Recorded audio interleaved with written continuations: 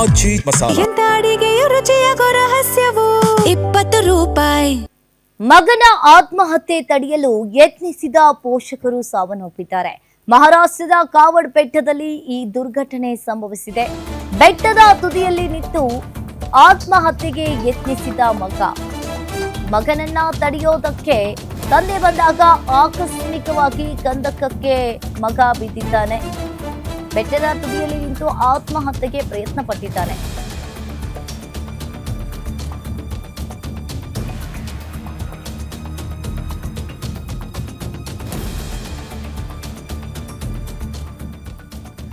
ಮಗನನ್ನು ತಡೆಯಲು ತಂದೆ ಬಂದಾಗ ಆಕಸ್ಮಿಕವಾಗಿ ಕಂದಕಕ್ಕೆ ಬಿದ್ದಿರುವಂತದ್ದು. ಇನ್ನು ಮಗ ಕಂದಕಕ್ಕೆ ಬಿದ್ದ ಬೆನ್ನಲ್ಲೇ ಆಯತಪ್ಪಿ ತಂದೆಯೂ ಕೂಡ ಕಂದಕಕ್ಕೆ ಬಿದ್ದಿದ್ದಾರೆ. ಇಬ್ಬರನ್ನ ರಕ್ಷಿಸಲು ಬಂದ ತಾಯಿ ಕೂಡ ಕಂದಕಕ್ಕೆ ಬಿದ್ದು ದುರ್ಮರಣವನ್ನ ಹೊಂದಿದ್ದಾರೆ.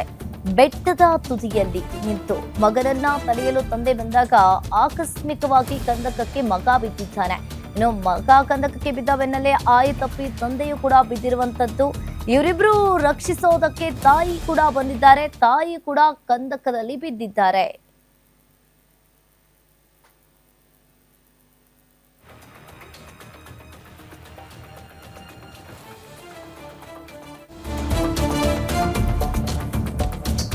ತಂದೆ ತಾಯಿ ಮತ್ತು ಮಗನ ದುರಂತ ಅಂತ್ಯಕ್ಕೆ ಐಫೋನ್ ಕಾರಣ.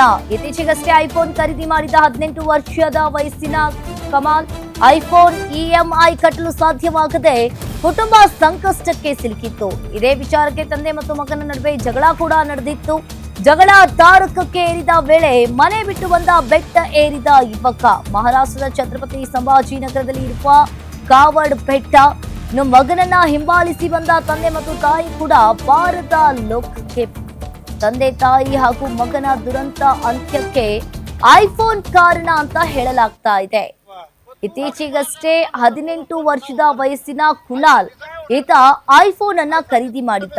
ಐಫೋನ್ ಇಎಂಐ ಕಟ್ಟಲು ಸಾಧ್ಯವಾಗದೆ ಕುಟುಂಬ ಕೂಡ ಸಂಕಷ್ಟಕ್ಕೆ ಸಿಲುಕಿತ್ತು. ಇದೇ ವಿಚಾರಕ್ಕೆ ತಂದೆ ಮತ್ತು ಮಗನ ನಡುವೆ ಜಗಳ ಆಗಿತ್ತು. ಜಗಳ ತಾರಕಕ್ಕೆ ಏರಿದ ವೇಳೆ ಮನೆ ಬಿಟ್ಟು ಈತ ಕುನಾಲ್ ಆಚೆ ಬಂದಿದ್ದಾನೆ. ಮಹಾರಾಷ್ಟ್ರದ ಛತ್ರಪತಿ ಸಂಭಾಜಿನಗರದಲ್ಲಿರುವ ಕಾವಡ್ ಬೆಟ್ಟಕ್ಕೆ ಬಂದು ತುತ್ತ ತುದಿಯಲ್ಲಿ ನಿಂತಿರುವಂತದ್ದು. ಮಗನನ್ನ ಹಿಂಬಾಲಿಸಿ ಬಂದ ತಂದೆ ತಾಯಿ ಕೂಡ ಈಗ ಭಾರತ ಲೋಕಕ್ಕೆ. 3 ಜನ ಈಗ ದುರಂತ ಅಂತ್ಯ ಕಂಡಿದ್ದಾರೆ.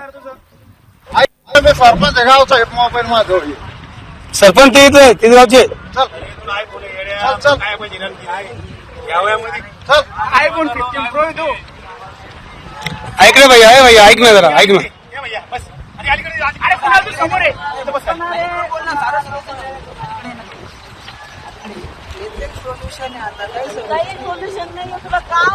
ऐक ना भैया, ऐक ना जरा, ऐक ना आमचं.